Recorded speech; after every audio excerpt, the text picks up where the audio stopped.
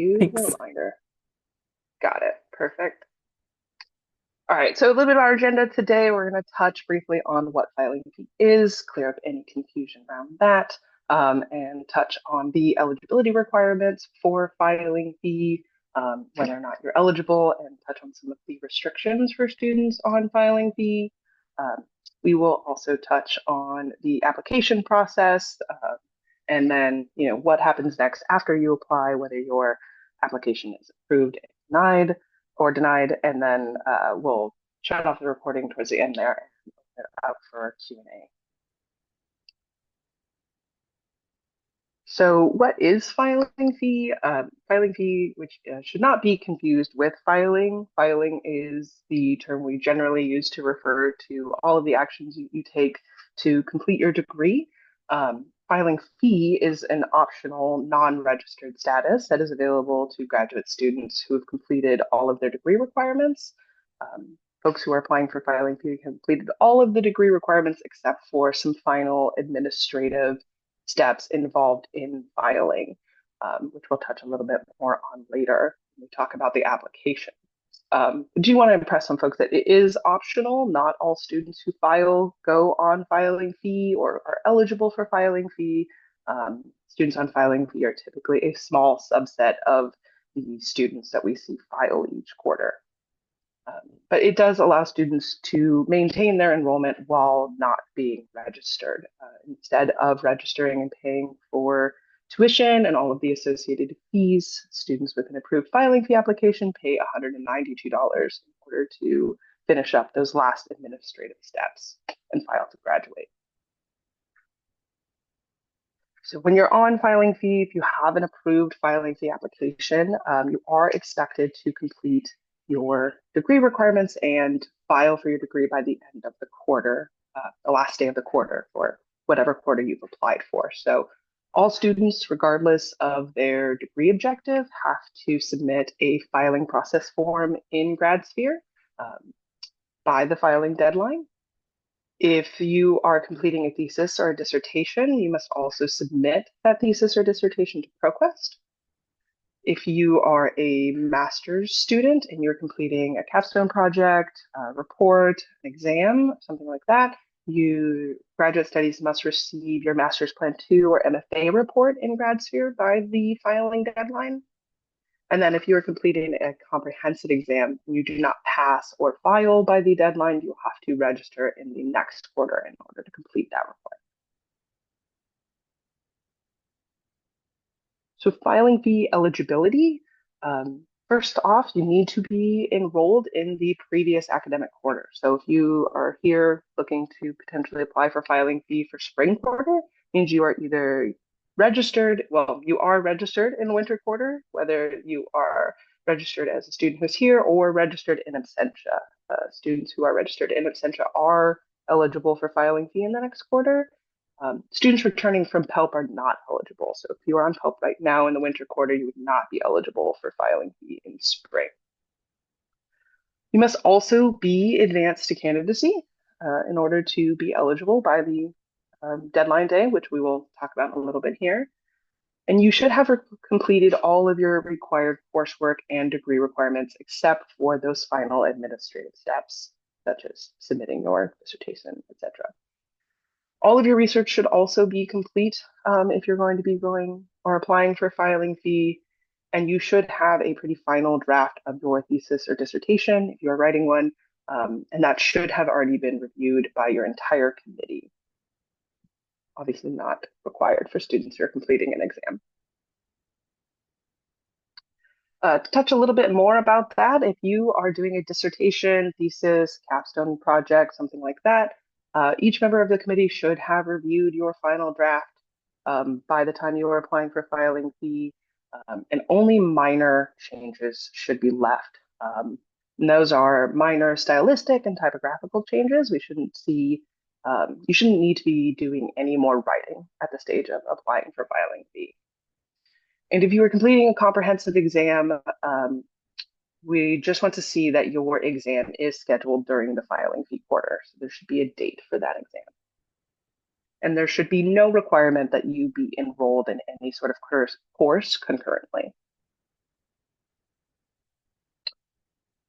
There are some restrictions while you are on filing fee if your application is approved.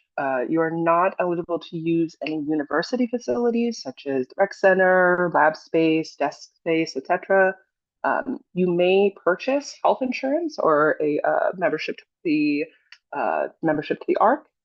You may also use career and professional development services, the Internship and Career Center, graduate study senior academic advisors. And you retain access to a library and your computing account, but otherwise do not have access to university facilities. Um, you also should not be utilizing any faculty time other than for the final reading of your thesis and dissertation, um, or the for your final exam, or for those of you that may have like a final seminar or a defense, you can use faculty time for that. But other than that, you should not be utilizing faculty time. Students on filing fee are also not able to be employed on campus in a student title. So cannot be employed as a TA, AI, GSR, anything like that. Um, cannot receive any sort of fellowship or financial aid funding. Um, cannot be enrolled in any coursework, and you should not be doing any research. And that includes anything that is related to your dissertation or thesis research. So the application, all of you as should have access to GradSphere if you're an active student, and that is where you can find the filing fee application. On the main page, there will be a list of forms, and you will find it right as you can see in the screenshot here. We'll touch a little bit more about the different pieces of the application in the next couple of slides. We do want to note that this needs to be signed by the entire committee. So for many of you, that will be 3 people. You'll have a chair and 2 other members, but some of you may have more. And then after the committee signs, you will also need a signature from your graduate program chair, the graduate program advisor, and the graduate program coordinator. And so once you've completed all the different pieces of the application, it will also be the graduate program coordinator who will upload your application to GradSphere. Big chunk of the application is going to be the completion plan, and that won't necessarily be relevant for students who are doing a comprehensive exam. The only thing that's going to be listed on your completion plan is to potentially study and take that exam. But for everyone else, we will want to see a list of all of the things that you need to do in order to be ready to file for your degree. And so we do have some completion plan guidelines here, and we'll just take a look to see what an example completion plan looks like. As I said, at this stage, when you're applying for filing fee, you should only see very minimal changes required to the thesis or dissertation or project. They should be stylistic, formatting changes, as you can see here. And so the completion plan should include everything that you expect to need to do before you're ready to submit that to ProQuest or to submit it to us. Good. Sorry, had some internet issues there, but I think I'm back. Including the numbers of hours. Yes, including the numbers of hours. I will go because it sounds like you're having connection issues. So including the number of hours and how much time you anticipate you're going to be working on each individual section, you'll notice that it outlines the chapter, the area that you're working on for the completion plan, as well as a detailed description of the task, the number of hours, and your optional deadline to submit for your committee review. I would say in the task area, as you can see, it's really important to put as much information as you can because ultimately you want to highlight the fact that you are not doing substantive writing, you are making topographical or formatting changes. And the number of hours that's anticipated, again, also a really important component. We are looking ideally to see a majority of applications have less than 50 hours. Beyond 50 hours of adjustments and work, in most cases, needs to be reviewed at another level, typically by the associate dean for an exception, et cetera. So if all formatting changes are already finalized, I see the question in there already. That does happen maybe it's just the paperwork component you're missing, or you just didn't have time. You can add that into the chapter section and say filing paperwork and however many hours you anticipate doing for those sections, or making any adjustments on the title page, or add that you have a defense, whatever it is that you have remaining. That would be a place to make those final requirements clear, so that we can make sure we're fully understanding what you have left to finish. And hopefully, Brittany, yes, perfect. Brittany's still here, hovering in the background. So your completion plan does need to include that kind of template that you saw. It also needs to have the full draft of your dissertation, thesis, or project. That must be included with your completion plan. Excuse me, obviously. Master's Plan 2 students, that's not a required component. You have your exam, but if you are writing a thesis, dissertation, or you have a project, those components need to be included in the submission for filing the application. We need to see what you have to verify and compare that completion plan against your final draft. And we'll go to the next one. Okay, so the filing fee payment, hopefully Sarah or Brittany, pending internet, can link the GS Forms store in the chat, but ultimately there is an online way and an in-person way of paying the payment for filing fee. It's $192. You can pay online with the Graduate Studies Form Store and forward the receipt email to your coordinator, and they can include that receipt ID or receipt information in your filing fee application. Alternatively, if you would like to do it in person, there is a check or money order that you can pay. That's the option of how you can pay with the cashier's office in Dutton Hall, and you need to bring a completed application to the cashier's office in Dutton Hall for a signature stamp. So we do need an official way of saying that you've paid for the fee before we can process the application. Can I start the application and submit the thesis draft later before the deadline? They all need to be submitted in tandem, unless Sarah Driver has any particular preferences there, but we would like to see everything submitted all together, because ultimately your thesis draft is an essential component of your application. And so I don't believe GradSphere will allow you to move forward and submit without having something loaded in that section that says final draft. That's correct. So Yes. it's going to have to all come together. Especially because with our new digital system GradSphere, which hopefully some of you have seen before or interacted with before, it will block out certain portions of a form or an application saying you have to complete these sections in order to submit something. And the final draft is an essential component. It won't let you submit the filing fee application without it. You can save it as a draft for later, your application itself, and you can then go back and submit if you want to start the application process on your own. But actually submitting it to our office, you have to have all of the components there in order to submit it. I think we can go to the next one. All right. So, filing fee deadline. This is an important thing to note because we are very, very, very strict about this deadline. It is due by the first day of instruction, and you can take that to mean 11:59 p.m. on the very first day of instruction. Anything after that, we're not accepting those applications. They are just outright denied from my experience. So just keep that in mind. If you have any questions about that or concerns, you can always reach out to an academic advisor. But that is the deadline for the filing fee application. Like it says there, Monday, March 31st, 2025 is the first day of instruction for spring quarter, and it is a strict deadline. The application needs to be submitted to GradSphere, including all of the required signatures.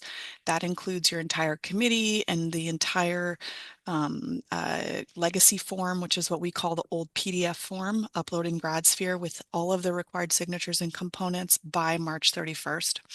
Part of the reason why this deadline is so strict and this is so important is because we commit to turning your application around within 10 business days. And so what that looks like, or by the 10th day of instruction rather, which is typically the same as 10 business days. So what that looks like is you knowing before the 10th day of instruction if you need to register for classes, if you're eligible for filing fee, if you need to pay for tuition for that quarter. That's why all of these things are really important in terms of submitting and getting all of the application components completed. So we'll move on to the next slide. So the filing calendar, we had somebody ask about dates. We linked the website with the filing, like all of the information about how to file your thesis or dissertation or plan 2 or project. This is the calendar for this quarter. So we are currently in winter quarter. Those students that are on filing fee for this quarter may be hustling to submit before March 31st. And then the deadlines for the next quarter, spring, if you were to be approved for filing fee for spring, is you would need to submit all of your relevant dissertation, thesis, et cetera, paperwork by June 12th. And then same goes through to summer. The summer deadline for filing is September 8th as well too. So all of these deadlines for filing are a 4:59 p.m. deadline. It's not a midnight deadline. The reason for that is because our office closes at that time and we are not able to answer questions or provide tech support or support with the filing process beyond 4:59 p.m. So we want to make sure it's in, that you've submitted what you need to be eligible for that degree list for spring. If you're applying for filing fee for spring, that's the timing with which we require. So keep that in mind. Save it in your phone as a calendar reminder if you need June 12th set in there for spring. Yes, so once the application is approved, you have the entire quarter to submit. So you could submit 2 weeks after the quarter starts. You could submit the day of the filing deadline. There's any time in that quarter you're able to submit for filing fee. The filing for filing for your thesis or dissertation or project, your status as a student on filing fee will carry you through the whole quarter, whether you submit 3 weeks into the quarter or the last day of instruction. So just keep that in mind. We do strongly recommend you do it as early as possible because we do tend to have, and I even met with a student yesterday who's asking for a conferral letter for employment, et cetera, because they have a job offer. And right now, because the deadline's so close, our processing time is about 2 weeks. So the closer and closer you get to the end of that deadline, so June 12th for spring, the more consistent our timeline is, with about 10 business days for turnaround. Maybe earlier in the quarter, it might be a little bit faster, but just keep that in mind as you get to the end of the quarter. And spring is our largest filing period. So also keep that in mind as well too. We have the most number of students filing and finishing their degree in spring. When will you get the degree? That will usually, like in terms of your actual diploma, that will be probably 2 or 3 months after your degree award date, which says June 12th for spring as an example. The degree award date will not change if you file earlier. So if you file the first day of instruction in spring quarter, it'll still say June 12th. Exactly. Okay, I hopefully answered all of those questions. We can move on to the next one. So what happens next? Obviously, there's 2 different options with filing fee. We approve your application, and then your student status will be recorded as a filing fee status in OASIS and in your transcript. You are not charged regular tuition and fees for the quarter. Students who are approved for filing fee status cannot be enrolled or registered in courses during the filing fee quarter. And if you were enrolled or registered for courses, the Office of the Registrar will drop any registered courses for that term, for that quarter. You don't need to drop those courses or withdraw. They will just remove them and have that filing fee student status kind of override your class registration. And then the other option is denial. So if your application is denied, the last day to add or register classes for the quarter is the 12th day of instruction. So like we said, we will have an answer to you before the 10th day of instruction. And you have that window between the 10th and 12th day of instruction to then go to register for classes and enroll in courses if you are not registered. The application also has some information listed that wants your program to commit to helping you with tuition for the quarter, et cetera. So you can take a look at the application there. The implication being that you don't have your committee signing off saying that your draft is final, right? If you're really not in a position of being done. So.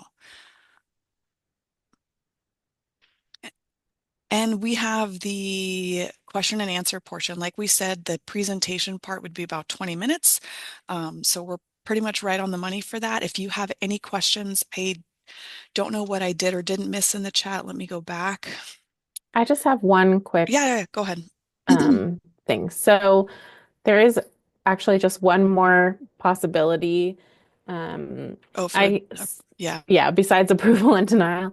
I mean, those are the only two final outcomes. But sometimes if I receive your application and I have questions, I may return it for updates or something like that. So just be aware that that's a possibility. And if you are approved for filing fee, you'll know because you will get something from GradSphere, but you'll also get an independent email from me personally. I review all filing fee applications. So. Yeah. And to the question about signatures on the form, you can do a hard copy signature or a digital DocuSign, etc. We accept all of those options. We have students apply for filing fee and they're not necessarily here. So if you need to do that, that's available. The signature is not in the GradSphere website. It's on the digital legacy form that's listed through GradSphere. So it's not as though like some of our other forms where the faculty member can log in GradSphere and click that they approve it and it'll move forward. You have to collect the signatures yourself as the student on the PDF before you submit the document in GradSphere. I think we can potentially end the recording here and then we can just open it up and people can. So just to